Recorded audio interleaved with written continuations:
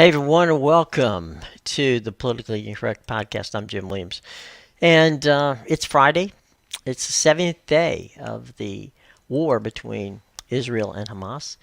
Um, we have a lot of headlines, a lot of things to get to, and I think it's important that, as we do in all of our shows, for those of you who haven't quite followed us yet, which is, we hope that you do. If you're going to do it on YouTube, it's real simple. Doesn't cost you anything. All you have to do is subscribe, hit the bell, like us, and by all means, leave a comment.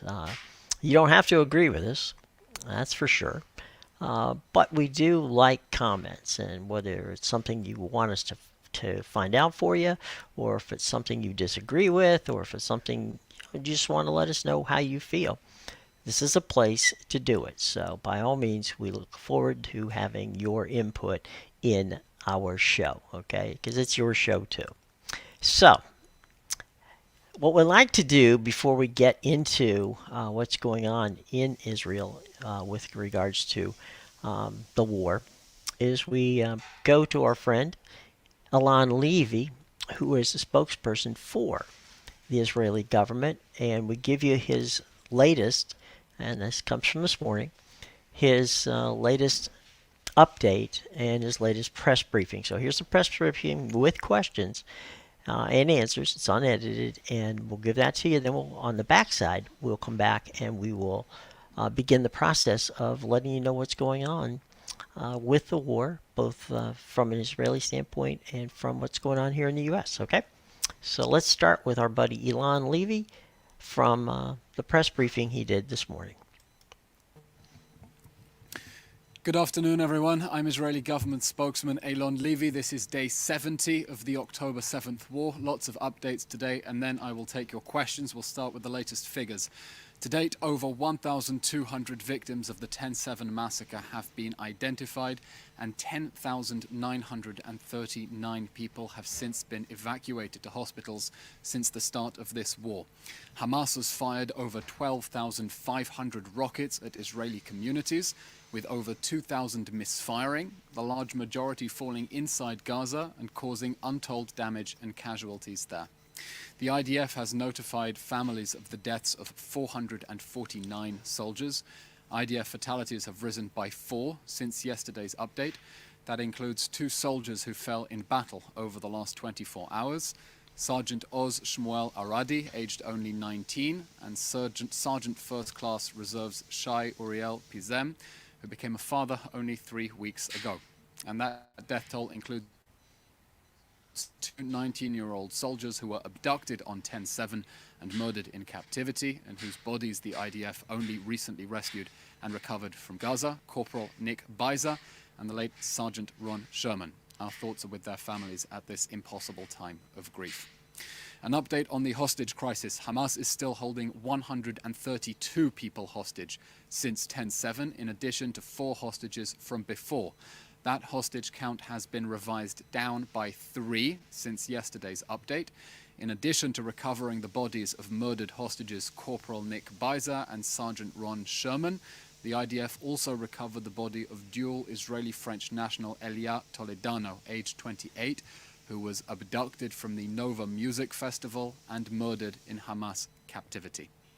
Among the remaining 132 hostages in the Hamas terror dungeons are 113 males and 19 females. There are 2 children under 18, the Bibas infants, and 10 people over 75.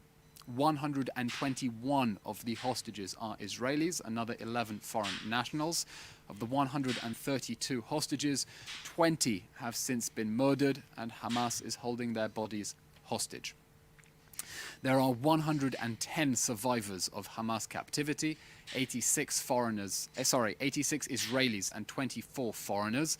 A further 8 hostages were murdered in captivity, with their bodies since repatriated. There are still 5 missing persons since 10/7. Some operational updates. Israeli forces continue to target Hamas terrorists in their strongholds, even as they fight in civilian dress out of civilian buildings. In northern Gaza, IDF forces have secured and destroyed the Hamas Shaja'iyah battalion's command and control center. having already eliminated the battalion's commander and then his replacement. In Khan Yunis, IDF troops have been conducting targeted raids on terror infrastructure, killing terrorists, destroying weapons compounds, and locating tunnel shafts containing motorbikes used in the 10/7 massacre. Israel continues to target Hamas terrorists hiding underground, turning their terror tunnels into death traps. Last night, the IDF and Shin Bet released special footage from an operation by the Combat Engineering Yahalom unit to kill terrorists in a major tunnel. This week, the Israeli Air Force has also targeted and destroyed Hamas military assets located along the border between Gaza and Egypt. Hamas had used those assets to smuggle weapons into Gaza, and their destruction will now hinder Hamas's attempts to rearm. There will be no hiding place for the 10/7 monsters. Humanitarian update, the Kerem Shalom crossing has been open since December 12th for inspections of aid trucks. In addition to Nitzana, that move makes it possible to more than double shipments of humanitarian necessities into Gaza. In recent days, equipment and personnel have also entered for the Emirati and Jordanian field hospitals. It will of course be possible to expedite aid shipments to civilians in Gaza if Hamas stops stealing it, and if the UN is able to distribute it at the pace that Israel is inspecting it. An update from the Northern Front, Hezbollah continues its unprovoked aggression against Israeli communities. Since October 7th, Hezbollah has fired hundreds of rockets and missiles at Israel from Lebanon in flagrant violation of UN Security Council Resolution 1701. Its entire presence south of the Litani River is a flagrant violation of that resolution, by the way. 1 in 5 of those Hezbollah rockets has fallen short inside Lebanese territory, causing unknown damage to Lebanese civilians as they try to inflict maximum damage on Israeli civilians. The IDF will continue to defend Israel's northern border against any threat, striking and destroying Hezbollah terror infrastructure and operatives in Lebanon. We repeat our consistent warning: if Hezbollah drags Israel into a full-scale war, which we do not want, it will be making the mistake of a lifetime, and the consequences for both Hezbollah and Lebanon will be severe. Some diplomatic updates. Prime Minister Benjamin Netanyahu met yesterday with our friend US National Security Advisor Jake Sullivan. The Prime Minister expressed his great appreciation for the US support for Israel in the supply of munitions needed to defeat Hamas after 10/7, blocking attempts at the UN to try to keep Hamas in power, and assisting in securing the return of our hostages. Prime Minister Netanyahu reaffirmed that Israel stands more determined than ever to continue fighting until we achieve our common goals with our American allies: the elimination of Hamas and the release of the hostages. In other words, total victory. The Prime Minister also discussed the continuation of humanitarian assistance to the non-combatant population in Gaza and threats to the Israeli people from the north and south from proxy forces of Iran's axis of evil. Prime Minister Benjamin Netanyahu also met yesterday with the president of the Red Cross, Mirjana Spoljaric. In their meeting, he gave her a box of vital medicines for the hostages in Gaza and demanded that the Red Cross do its job and deliver it to them. The Prime Minister told Mrs. Spoljaric about Hamas's brutal atrocities on 10/7 and the inhumane conditions of the Hamas terror dungeons. The Prime Minister expressed his gratitude for the Red Cross's help in securing the release of hostages and criticized certain statements coming out of the agency which failed to make the distinction between Hamas's deliberate and systematic acts of murder and the unintended casualties in this war, which Hamas started and is waging out of urban areas, trying to use civilians as human shields. The Red Cross must demand unconditional access to those vulnerable hostages, not subject to practical details to be agreed with Hamas, as the Red Cross president suggested. We condemn in the strongest possible terms the shameful statements by international officials trying to deflect blame onto Israel to cover up the fact that they have been covering up for Hamas. Specifically, we wish to call out the Red Cross's chief legal officer, Cordula Drog, who falsely claimed that Israel is almost totally depriving civilians in Gaza of food, water, and medical supplies. Let's be clear, Dr. Droga is not telling the truth. Israel has excess capacity to inspect aid trucks and has placed zero restrictions on the entry of humanitarian necessities into Gaza. The backlog is at the Rafah crossing and inside Gaza, with UN agencies unable to distribute aid at the pace that Israel is inspecting it, and of course with Hamas stealing that aid. Sadly, the Red Cross is doing everything to avoid admitting that Hamas steals aid and wages war from inside hospitals. That must change. These statements also clearly go against the Red Cross's own principles of neutrality and confidentiality. While the Red Cross openly criticizes Israel, a democratic state with a law-abiding military, it has yet to utter one condemnation of Hamas's systematic violations of international law, including its militarization of the very hospitals that the Red Cross funds and works at. How could they not know? And now that they do know, why do they not speak out? It's not particularly difficult. Finally, a stark reminder of Hamas's threat to global security. Yesterday, security agencies in Denmark thwarted a terror attack that would have killed innocent civilians on European soil, arresting 7 terrorists acting on behalf of Hamas. Since 10/7, Hamas has been stepping up its attempts to expand its attacks against Israelis, Jews, and other Western targets around the world. Israel is fighting on the front lines of humanity, and Hamas is coming for you too. The West is next. The same monsters who intentionally and methodically burned, beheaded, and raped Israelis on 10/7 would gladly globalize their intifada, as protesters on campuses and streets around the West are calling for. They aim to sow terror on the streets of Western capitals, and the whole world must be vigilant and stand in solidarity with us as we battle our common enemy, which wants all of us alike dead. That comes to the end of today's update. We'll now take your questions through the chat, please. First question from Adam Scott Bellos, the Israel Innovation Fund. It seems like more daylight is being seen between the United States and Israel when it comes to this war.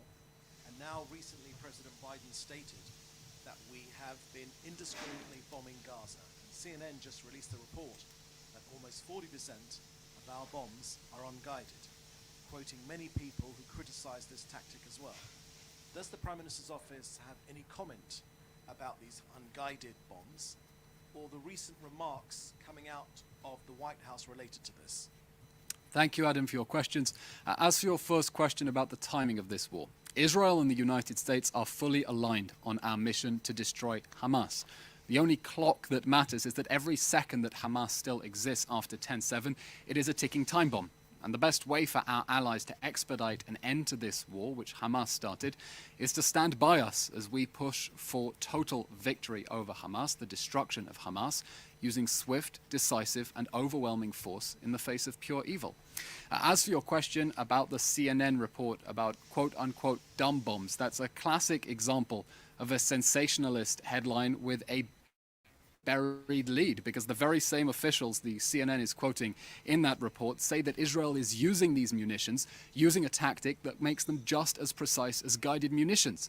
So you have a headline there that is accusing Israel of being indiscriminate or careless in its targeting of Hamas, while you have to go about 12 paragraphs down to say that it vindicates the claim that Israel has been making all along, that we are using munitions against Hamas with unprecedented precision, using all of our munitions in a way that is precise in order to target the Hamas terror monsters responsible for 10/7, who are now planning another attack and doing everything we can, going further than any military in history, to try to avoid harm to civilians, despite Hamas's best efforts to maximize civilian casualties, because that's part of Hamas's sick ploy, to maximize casualties, try to get international sympathy, to garner diplomatic pressure to try to stop Israel defending itself, and we're going to continue with that unprecedented precision all the way to total victory.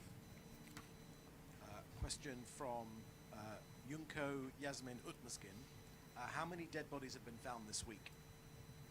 Yonko, I don't have an exact breakdown for you based on a week-by-week basis. We can tell you that just in the last 24 hours, we've informed the public of 3 bodies that we returned from Hamas captivity.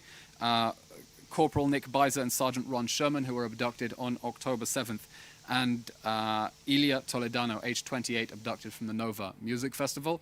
That brings us to 8 hostages who were murdered in captivity and their bodies since repatriated, and Hamas is currently holding on to the bodies of 20 hostages. Out of those 132, 20 hostages we know have since been murdered in captivity, and Hamas is holding their bodies for a ransom in sick violation of humanitarian law and every norm of humanity. A question from Bernard Mordler from Bernie News Network. In recent updates from our sources in Gaza, there have been reports that Hamas operatives are shooting individuals trying to access food from the aid trucks. In this context, could you inform us about the organizations or entities responsible for ensuring that international aid reaches Gaza's civilians? Also, is the IDF's involvement limited to just inspecting aid for contraband? Or do they play a more active role in distribution process to prevent such incidents? You're right to draw attention to these horrific images that we're seeing of Hamas gunmen requisitioning aid shipments inside the Gaza Strip to make sure that their fighters remain well-fed and well-stocked at the expense of civilians who need that aid. We think it is shameful that the agencies involved in distributing that aid, whether it's UNRWA, Enough Said, or other agencies, have not a word of criticism or condemnation against Hamas for stealing that aid. And instead they try to deflect blame onto the State of Israel, which has placed zero restrictions on the import of humanitarian aid and has more than doubled capacities. We see that as an attempt to deflect blame to account for their own failures and to cover up for the fact that Hamas is stealing aid. We genuinely ask, we're going blue in the face asking, what is so difficult for the international agencies that are feigning concern for civilians in Gaza to condemn the terror organization that runs Gaza stealing that aid?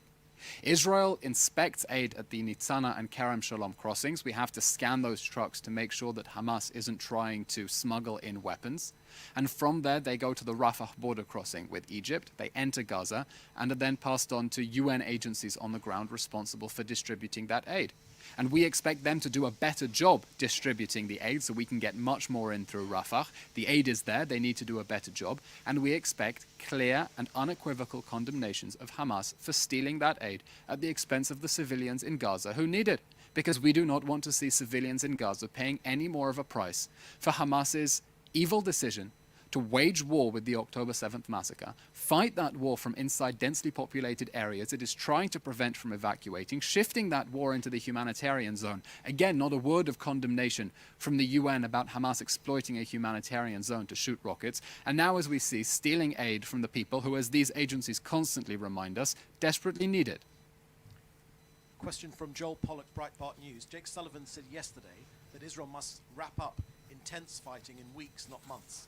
Does Israel believe that the Biden administration is imposing a political calendar on the war because of the upcoming US presidential election?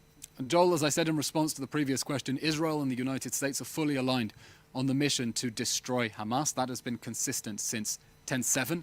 The only clock that matters is that every second Hamas still exists after the 10/7.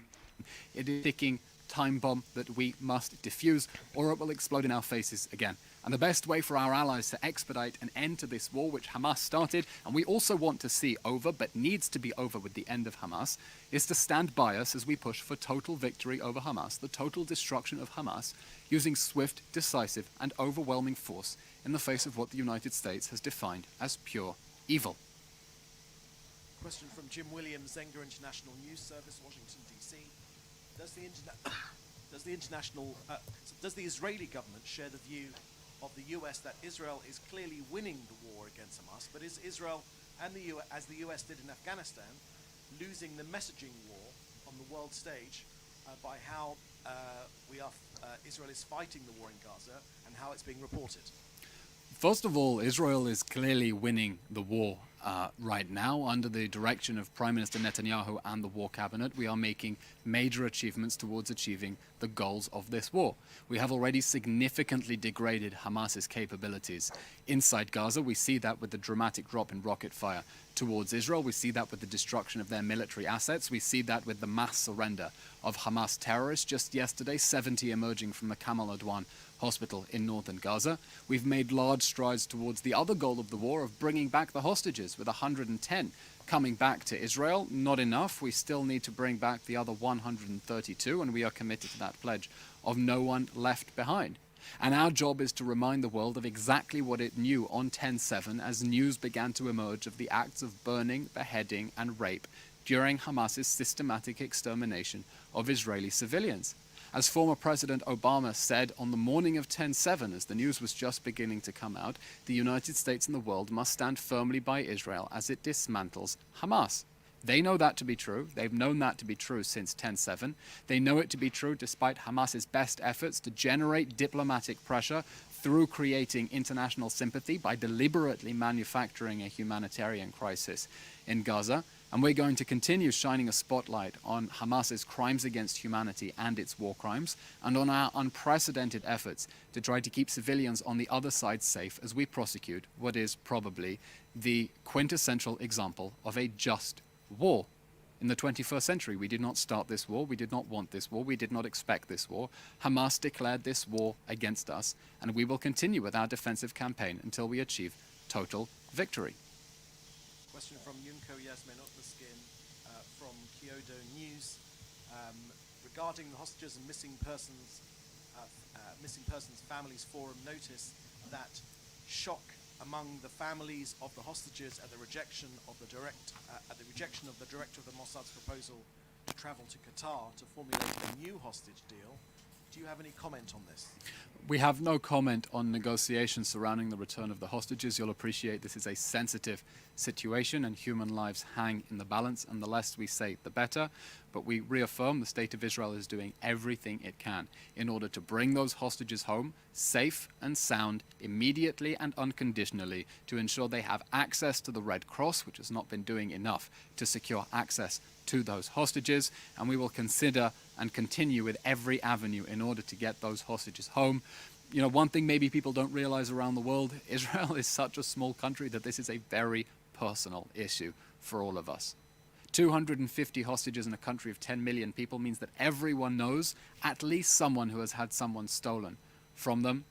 And we repeat our pledge that we will leave no one left behind, and that none of us are free till all of them are free. And that's why, like so many Israelis, I have around my own neck this dog tag in solidarity with the hostages that says on it, "Bring them home now," and in Hebrew, "Halev shelanu shavui b'Gaza," our hearts are still trapped in Gaza.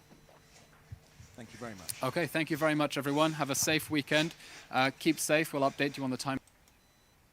Okay, that's Elon from this morning, and he gave us quite a bit of information. So, let's go to where things are right now. Okay, is the U.S. telling Israel how to run the war with Hamas? Well, the answer to that question is kind of yes and no. All right, let's go back to yesterday.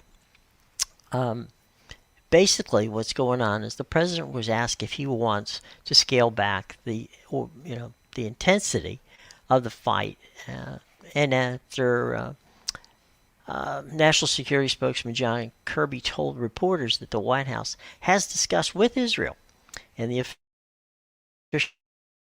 possibility of wrapping down its battle, and President Biden said, "I want them to be focused on how to save civilians, not going after Hamas, but not stop going after Hamas, I should say, but be it more carefully." So Biden said he wants them to be focused on how to save civilians while at the same time going after Hamas, and he made that clear. Now, as you heard Elon talk about, National Security Advisor Jake Sullivan spoke to Israeli leaders yesterday about the process in the war and where the Israelis think they're going at this point. Thursday in Tel Aviv, the defense minister suggested that the war, which began in the wake of Hamas's brutal attack on October 7th, would probably go on for months. And so, as I said, it's a yes and no answer here. What Biden and Jake Sullivan and others are telling the Israelis is that what they want to see is them to continue to fight against Hamas. Biden has not said anything about supporting in any way, shape, or form a humanitarian ceasefire. He's against that because he feels strongly that Hamas would be able to replenish themselves. But at the same time, they're losing the messaging war. And I think that's the critical point that Biden is trying to say, and Jake Sullivan is trying to put forth. And that is that, we had that problem. I mean, the United States had that problem in Afghanistan, where we were winning the war but losing the messaging. Where people were seeing the body count go up of civilians and wondering if we were disproportionately killing people who were civilians and not attacking the war aspect of it. Okay, so the goal here, which Jake Sullivan, was in Israel for yesterday, was to talk about strategic targeting, and I think that that's going to happen probably sooner as opposed to later, and it's something that we wrote I wrote a piece yesterday about how CENTCOM and the IDF are working on the strategic planning of how to fight wars like the U.S. did in Fallujah and in other places, where you're targeting more on a very, very one-to-one basis, and using more special forces and that sort of thing, and less of the bombing of the infrastructure, okay, which has been going on now for 70 days. The deal that Jake Sullivan was talking about yesterday has to do with, as I said before, more strategic planning and fighting. It's not ratcheting back the intensity of fighting, but targeting the fighting against strictly Hamas and trying to keep the body count down in Gaza. I mean, the amount of people who have been killed, whether you believe Hamas's numbers or if you believe the numbers from the UN, are staggering and distressing, and the world is forgetting, frankly, unfortunately, about what happened on October the 7th in Israel, and paying attention to what's going on in Gaza. You have two humanitarian problems, one in Israel, one in Gaza, and the one in Gaza is getting the play at this point in time on a international basis, rightfully or wrongly, depending upon how you look at it. Nobody wants to see innocent people killed. I mean, that's just a matter of human nature. You don't want to see people who have nothing to do with this war die, whether they're, Israelis who were killed on October the 7th or continue to get killed in the war, or the Palestinians. So that's something that Jake Sullivan and President Biden and others are telling Prime Minister Netanyahu and the cabinet, Israel's war cabinet, needs to be reined in. But make no mistake that the United States continues to support, and the president and his security people continue to support Israel and will continue to help them. Okay, so that brings us to our next topic in that same boat. If Joe Biden and Bibi Netanyahu were Facebook friends under the topic of relationships, the topic would be, it's complicated. All right, so what do I mean by that? What I mean by that is these are two men who go back 35 years to when Biden was a senator and Netanyahu was working his way through government in Israel. They know each other, okay? They don't particularly care for each other on a number of levels. This goes all the way up to when Biden was vice president under Obama, okay? So, but that being said, Biden is someone who has proven time and time again over the years that regardless of whether he likes someone or doesn't like someone, if a deal needs to be made, he will make the deal. All right. He's not abandoning Israel because at the moment Bibi Netanyahu runs the country. Okay. The two of them are working together to bring home the hostages, defeat Hamas, and figure out how to have peace in the Middle East. And that's no easy thing to do. And Biden's taken some heat here in the United States from his own party, and he's taken some fun legislative issues from the Republicans on how they're holding up aid. So, by the way, an update on that. Senate Majority Leader Chuck Schumer is keeping the Senate in town at least through Monday to see if they can close a deal that will get aid to the Ukraine, to Israel, and Taiwan, as well as the southern border, as they work on potentially changing some laws down there that would return in some regards to some of the Trump laws that he had when he was president. And they would soften them. They wouldn't go the whole route on that one. So keep an eye on it. If there's a deal to be made, it's going to have to be done over the next 72 hours or so, because there still is not enough Republicans, who are ready to sign on to that deal. So we'll have to keep an eye on it. But as I said, if Bibi and Joe were Facebook friends under the topic of relationships, it would be complicated. But rest assured that Jake Sullivan, when he was in Tel Aviv yesterday, was there to explain what they want to do. Now, coming up next week, Lloyd Austin, who is the four-star general, who is the United States Secretary of Defense, and as I said, the former head of CENTCOM. By the way, if you want to read the story that I wrote on CENTCOM, it is dropped live through Zenger. You can read it on Inside the Nation or the Daily Cable, which is two of the outlets that publish Zenger News, which is basically over 200 of them, worldwide. Those two are linked in the box, show box below. So if you want to check it out, you can.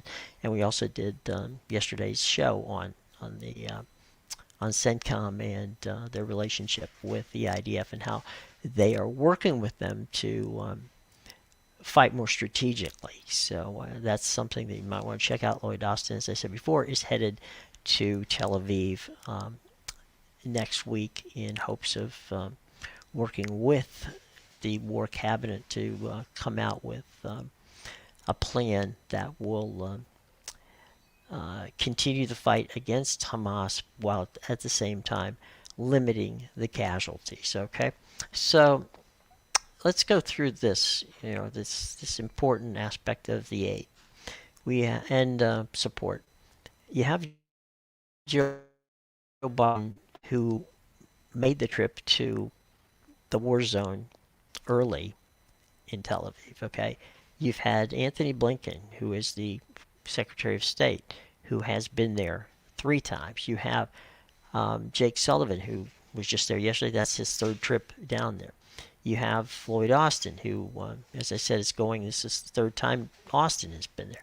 You have Bill Burns, who is the director of the CIA, who has been there 4 or 5 times. Burns was one of the key guys in negotiating the hostage releases. So the fact that we're talking about this is that the highest ranking members of the Biden administration when it comes to security have been in Israel working hard with the Israeli government to put together a plan that works for defeating Hamas now, but also on what's going on diplomatically. They're working on that aspect. What happens the day after? So this is all unprecedented when you consider the fact that the United States is not at war. Israel is at war, and they're supporting it. So when people say, well, wondering if the support is there. No, the support is there, okay? But there are, as in any other situation, these deals where you have political sidebar issues that need to be addressed, and they're doing the best they can to address them. So do not concern yourself that Israel is being, not supported by the United States. They are on the highest possible level. Okay, so, but we will deal with that in a column coming up about where do we stand with regard to that support, and where could it be, lacking from other issues. Okay, but that's way down the road. We'll worry about that when we get there. The next story coming up from me will be on the Red Cross and how the complications of this war is making it difficult for them to do their job, okay, because they really haven't seen the hostages. It has to do with the fact that you're dealing with a terrorist organization, not a government, okay, and we'll focus on that one. One last parting thing, and we talked about this yesterday, about the defense bill that passed. It included a bit of information which really didn't surface much until you go to deep dive into it. And it has a new law that requires congressional approval to leave NATO. Now, you're going to probably say to yourself, why is that important? Well, here's why it's important. It's important because